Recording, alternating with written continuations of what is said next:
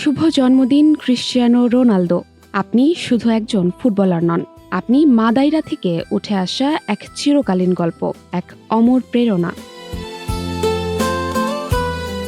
Cristiano Ronaldo কে?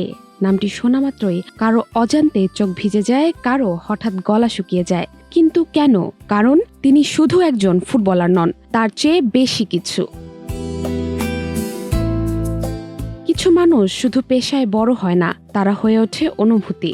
Ronaldo তেমনই একজন মানুষ যাকে দেখলেই মানুষ নিজের অজান্তে বিশ্বাস করতে শেখে অসম্ভব বলে কিছুই নেই। ফুটবলের সবুজ ঘাসে দাঁড়িয়ে 40 পেরোনো এক মানুষ 961 বার গোল করেছেন, জিতেছেন 36টি ট্রফি।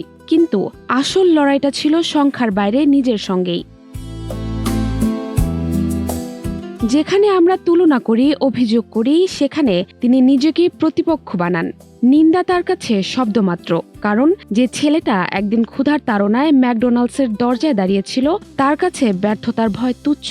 সাফল্যের চূড়ায় পৌঁছেও সে কৃতজ্ঞতা ভুলে যাননি। ভুলে যাননি এডানাকে, ভুলে যাননি শিকড়কে, যেখান থেকে তিনি উঠে এসেছেন। রোনালদো পর্তুগালকে শুধু শিরোপা দেননি, দিয়েছেন স্বপ্ন।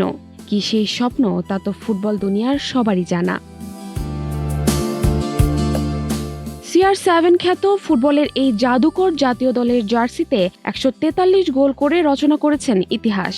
30-এর পরও প্রায় 500 গোল করেছেন। বয়স যে শুধু সংখ্যা, সেটা প্রমাণ করেছেন প্রতিদিন।